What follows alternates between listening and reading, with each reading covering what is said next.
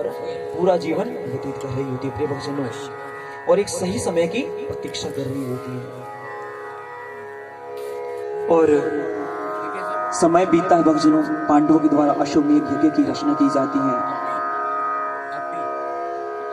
और उस यज्ञ में समस्त 33 करोड़ देवी देवताओं को निमंत्रण देने के लिए सैनिकों को भेजा जाता है भक्तजनों। सभी सैनिक 33 करोड़ देवी देवताओं सहित सभी को निमंत्रण, यज्ञ में आने का निमंत्रण देते हैं और अंत में जाते हैं कहां? दुर्वासा ऋषि जी के पास। और जैसे ही दुर्वासा ऋषि जी के पास पहुंचते हैं, उनसे कहते हैं कि पांडवों के द्वारा अश्वमेध यज्ञ की रचना की जा रही है, अतः आपसे भी निवेदन है कि 33 करोड़ देवी देवताओं सहित आप भी उस यज्ञ में सम्मिलित हो। तो अब दुर्वासा ऋषि जी जो होते हैं वो कहते हैं कि जिस यज्ञ में 33 करोड़ देवी देवता भाग लेंगे, उस यज्ञ में मैं सम्मिलित नहीं होगा।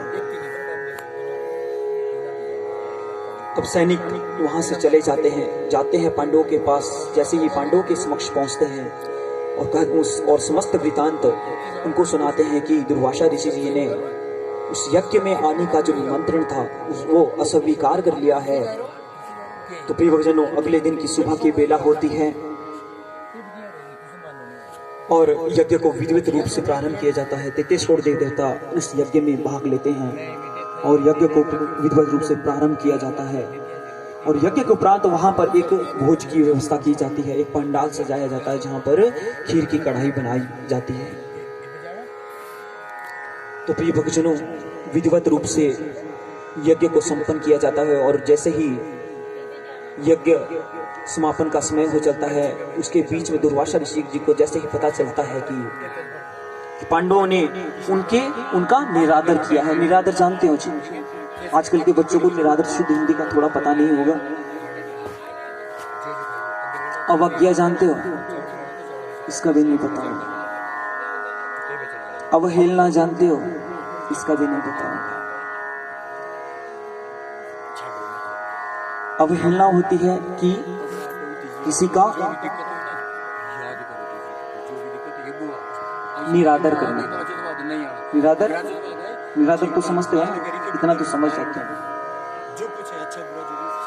उस यज्ञ में उनको सम्मिलित ना करके उनका निरादर किया है।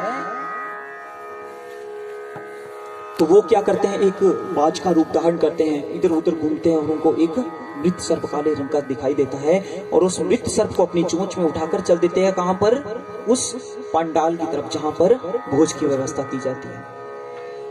और वहां पर जो वृक्ष था उसके ऊपर वो बैठ जाते हैं और सबकी नजरों से छिपते छिपाते उस मृत सर्प को उस खीर की कढ़ाई में डाल देते हैं। अब उनका गुस्सा जो था वो शांत हो जाता है। क्यों? क्योंकि उन्होंने अपना बदला ले लिया। वो बदला कैसे पूरा हो गया कि उस खीर की कढ़ाई को जो भी खाएगा वो मृत्यु शैया को प्राप्त होता चला जाएगा और उसका पाप का भोगी कौन बनेगा? वो 5 पांडव। तो प्रिय भक्तजनों, जैसे ही उस खीर की कढ़ाई में उस सर्प को डाला जा रहा होता है और वहां पर एक छिपकली जो थी वो सारा वृतांत देख रही थी। वो अभी आप लोग बताइए वो छिपकली कौन थी जी? कौन थी जी? वो छिपकली कौन थी? पूर्व जन्म में कौन थी? अभी अभी मैंने नाम भी लिया है।